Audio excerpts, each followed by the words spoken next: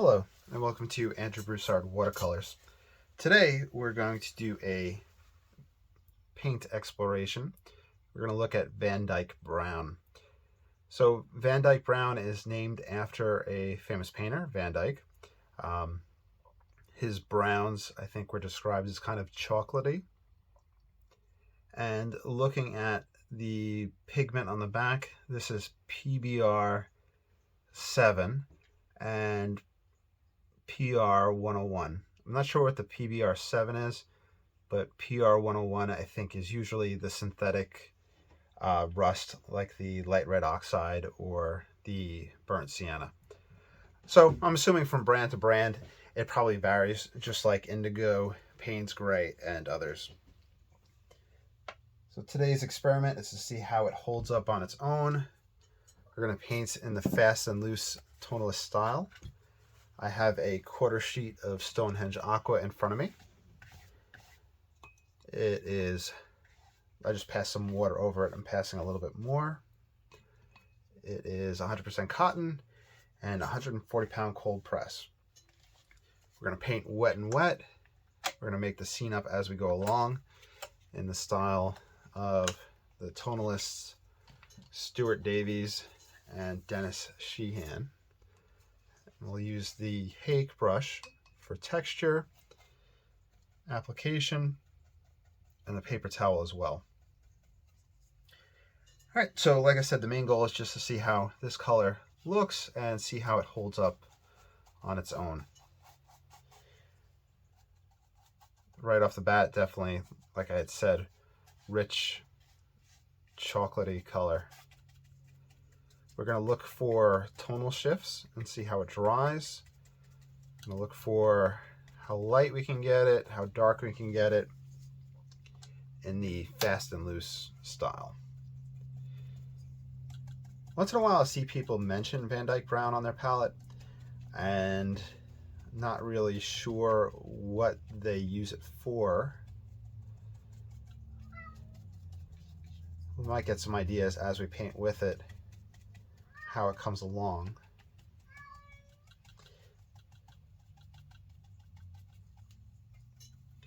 And we're painting fresh from the tube too.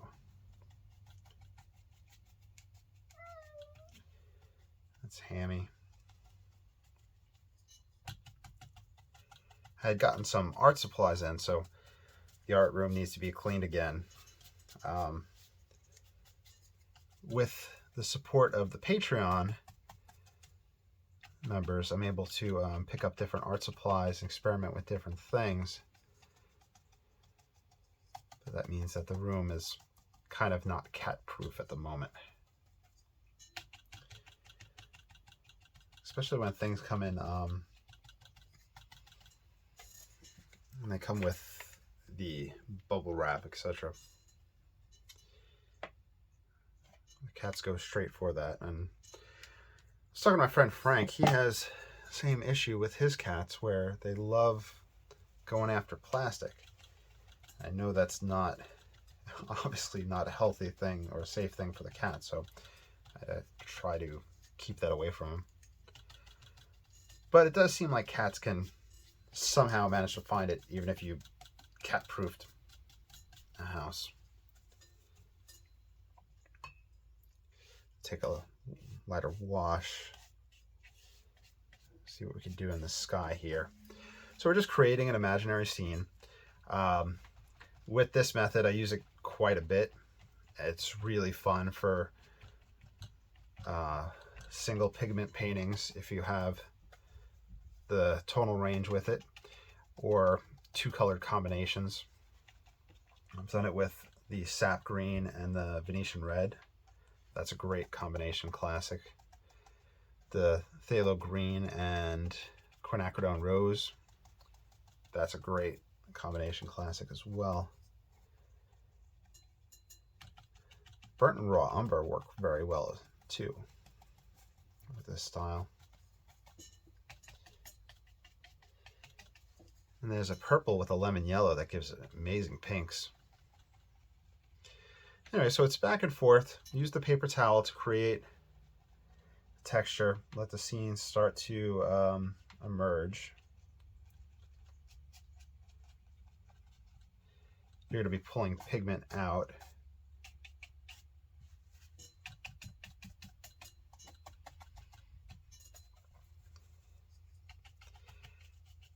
And let me know down below if you use Van Dyke Brown on your palette, if you've ever explored it, and what you think of it.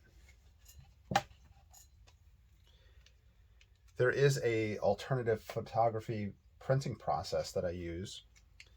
I think it was postulated in the 1840s when all the other ones were coming around, and it was patented in the 1890s, and it creates a chocolate brown image,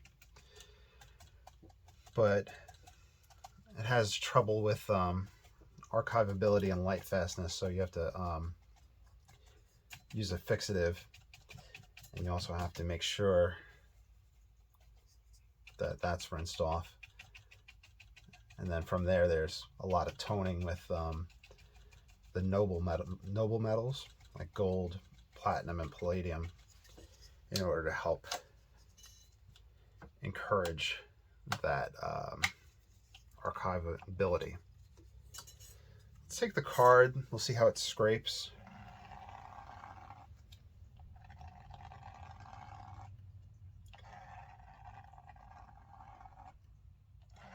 Okay, so right now we're super damp still. So using the sharper pointer edge of the card, we are creating a backfill line. Those backfill lines with the monochromatic paintings do seem to give a good range for the tonality, where if we were to lift up or push with the round edge like that, we get a light, we get a dark with the sharp edge, and that's pushing our tonal range right there. And the card can be used in various mark making fashions. It's very helpful with fast and loose painting.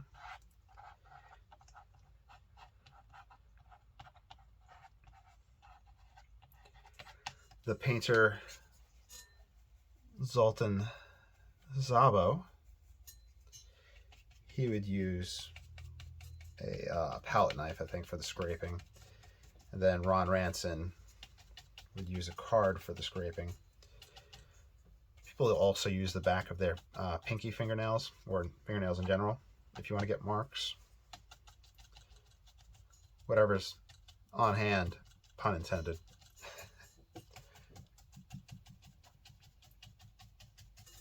It does seem to build up very quickly, so I'm curious to see how light it'll wind up getting.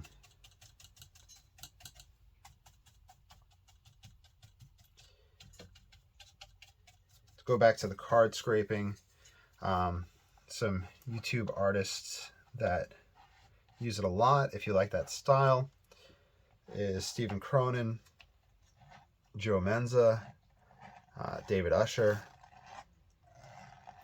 and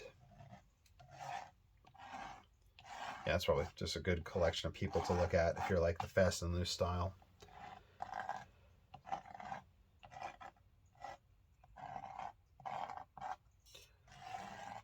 And of course, you're always welcome to follow along with any of these videos. And if I go too fast, you can actually play the video in a slower speed on YouTube.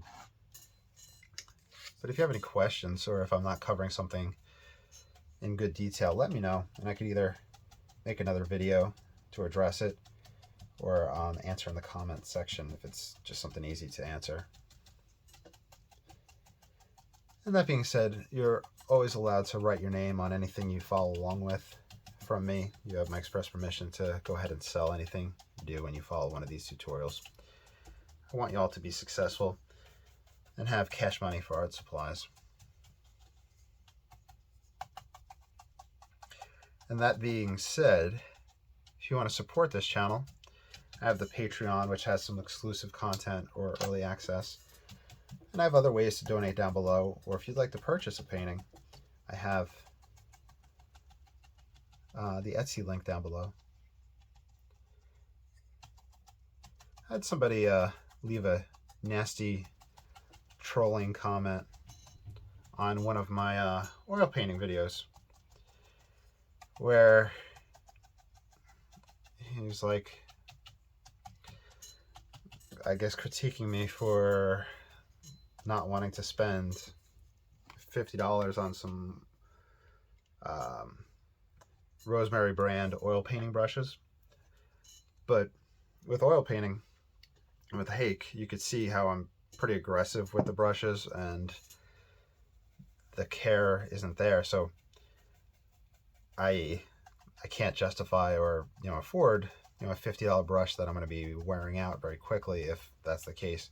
And I'm not knocking the brand Rosemary brushes, but the guy was like, oh, you don't want to spend $50 on brushes, but some people spend $1,000 on their hobbies. And then you have pity donation links down below in your comment. I just laughed and blocked the guy from the YouTube. But I guess once you start having trolls, that must mean you're doing something correct. So, thought y'all might find that funny. I told some friends about it, and they were just like, really? Like, I showed them. They're like, it's just, that's so ridiculous.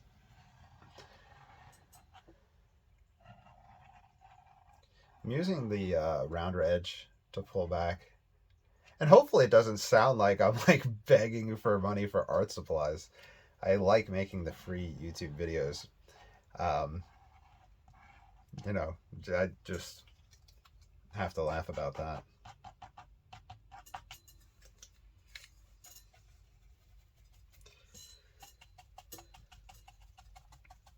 Using more pure.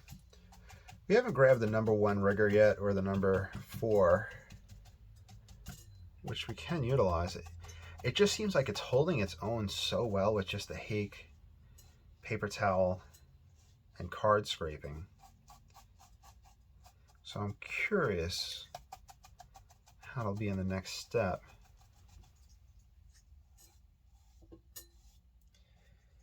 And if it has that, I think it's the PR 101 I had said for one of the pigments for this brand. And this is Cotman Brand. That PR 101, I don't think has a big drying shift to it. The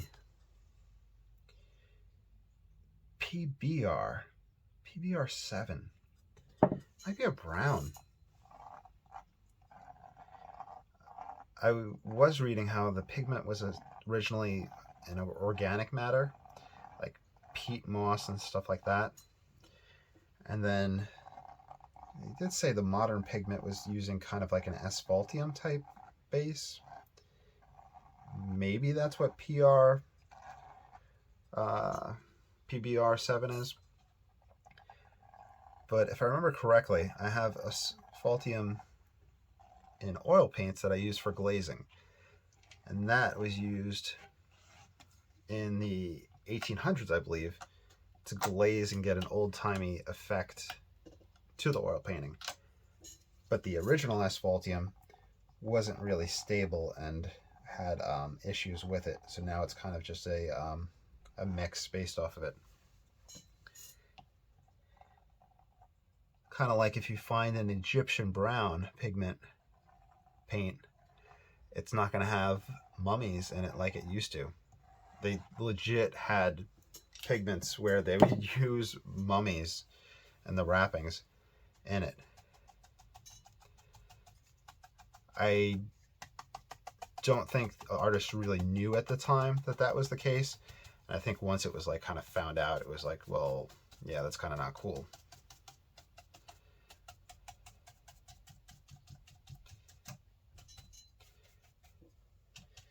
I need to find a copy of the book about the pigments. I mentioned that my friend, my coworker, has that book, find the title of it. It has just really cool, fun information on the different pigments, their history. And I guess some pigments have rumors behind them. Like, I think Indian Yellow had the rumor that it might have had like urine or something in it. I'm not sure if that was the case or not, but they used all different types of sources for different pigments. So we haven't done a dry off. I'll play around with the number 1 just for a little bit more texture in this wet and wet stage. We may not see a huge tonal shift since we have some natural drying taking place.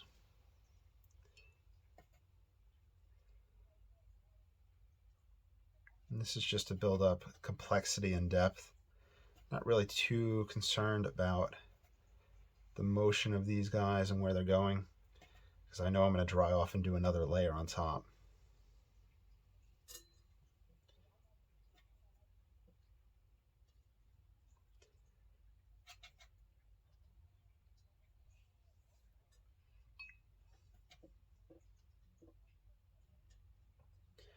Also, since it's Andrew Broussard Watercolors, I want to apologize and hope you guys don't mind that I also post my other art experiments on there, such as the oil painting, pen and ink, and most recently experiments with a makeshift darkroom and contact printing.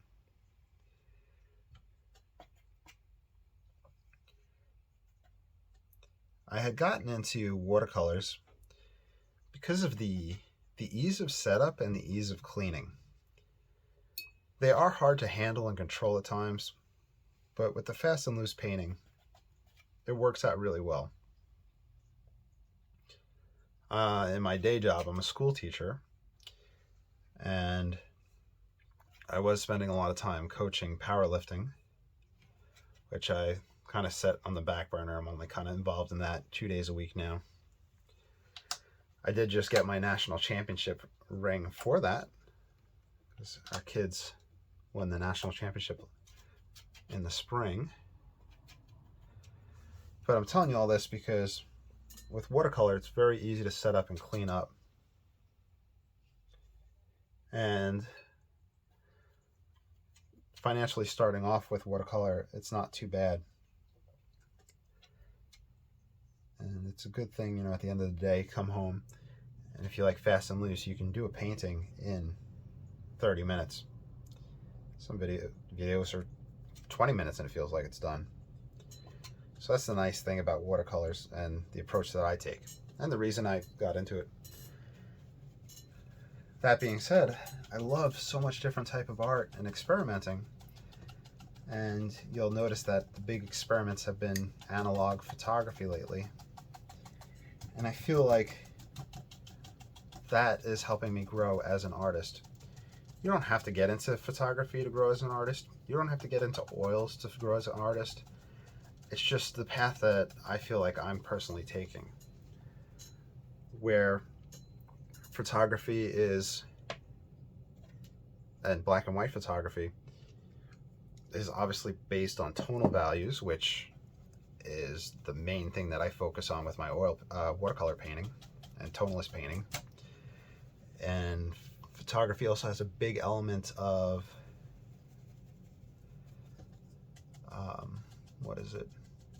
composition, obviously, is a big part of it, which is something that I want to practice and learn and have those things set up, get an eye for that.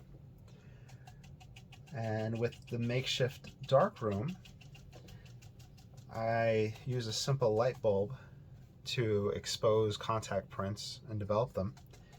And with the changing of time, longer time frames, I can make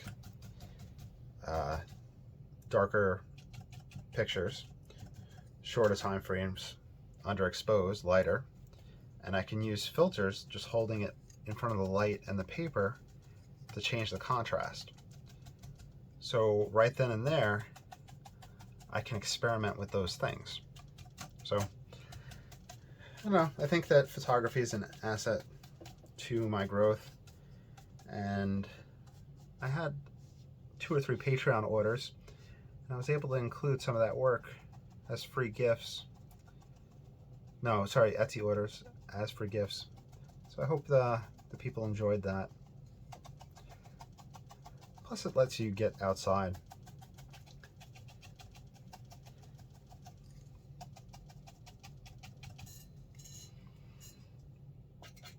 I like this color.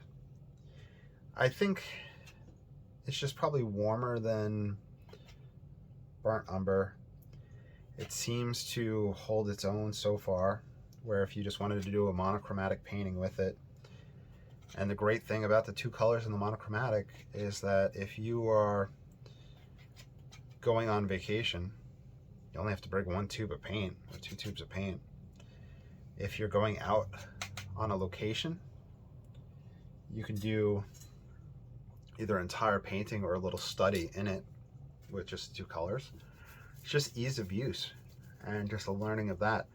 So once you start throwing color in the mix, that's where people start to flounder at times. Let me pause this and do a dry off. All right, so it dried really well. We're 20 minutes into this painting, because that's not counting the introduction, etc. I see we have a lot of texture, a lot of tonal variety in it. We'll see how dark we can push it. So we'll do a foreground tree or 2, and we'll see how it sits against it.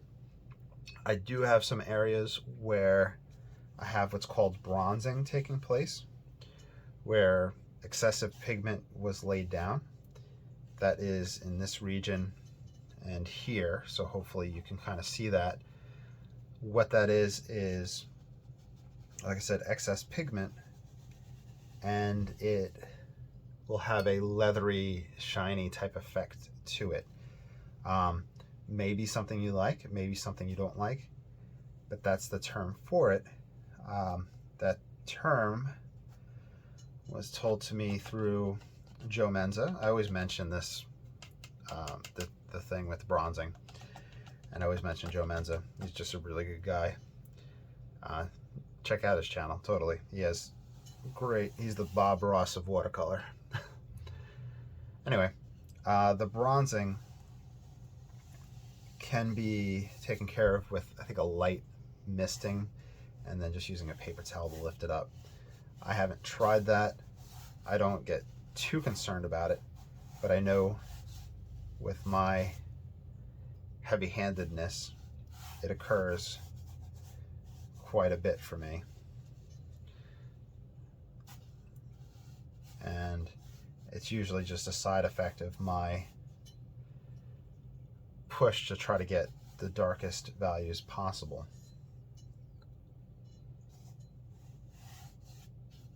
Just to see where we can go with it. Just side brush.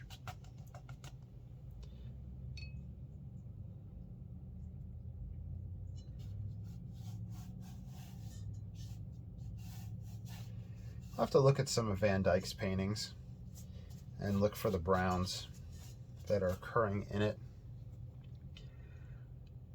I had read I'm gonna make a tree branch come up and over. I'd read through a book by Burge Harrison. He is a deceased tonalist painter. He was 1800s, early 1900s. I think the book came out in 1908, 1909, something like that. And he, was describing the tonalist movement and the new approach to painting. The text is available on Internet Archives. It's open source at this point, or I guess public domain. But he had great things to say about paintings. I think it was like Corot and others. I think that's the correct pronunciation. He had great things to say about them, but he critiqued them for, I think, painting their underpaintings in brown and then putting their color on top. And then as the oil painting settled and aged, that brown started showing through more. What I'm getting at here is that with old master paintings, they have that darker look to them, and it could potentially just be the aging process, and they might have not intentionally painted it as dark as it is. Especially if you watch any conservation videos where the conservator removes the varnish and cleans it, you'll see the changes taking place. You also see where previous conservators or painters have actually painted over master paintings or added something to it. I think there was a Rembrandt or something that they were looking at, and I think there was a feather plume that was either added to the person's hat or was painted over at a later date.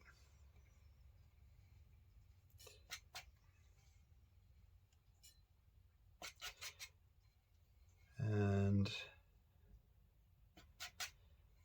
what else can I add? But I do think the tonalists from the late 1800s, early 1900s deliberately painted in the style that they did. I don't know if it had enough time to really age color-wise. All right, let's dry it off. We'll take a look at our darks. So we have let's just do 2 more minutes of just a little bit of fiddling around. This paint holds its own. For a single pigment painting, I would definitely use this again. We have a big variety in tonal values. I'm just taking the hake and adding a little bit of darker foliage. Just kind of just an aesthetic thing, just playing around. But we're able to get a huge range. Drying shifts, not really too evident, which is good. Lets us kind of paint what we want and then not have to worry too much about it lightening too much. Compared to burnt umber, I don't have a burnt umber painting nearby to compare it to, but for, what is this tube? It's 21 milliliters. I'm sure Da Vinci brand and Van Gogh brand make it as well, and they probably have it at a I'm just mentioning those because they're all kind of lower price point paints. I'm sure White Nights has it as a lower price point. This is a $5 tube, so get yourself some paper, a brush or two that you like, and then you're ready to paint. You can have a lot of fun with it and just explore. So burnt umber, and so that works great by itself, and Van Dyke Brown works great by itself. I hope you enjoyed, and let me know what you think in the comments below. Please like, subscribe, follow, and you all have a great day. Take care.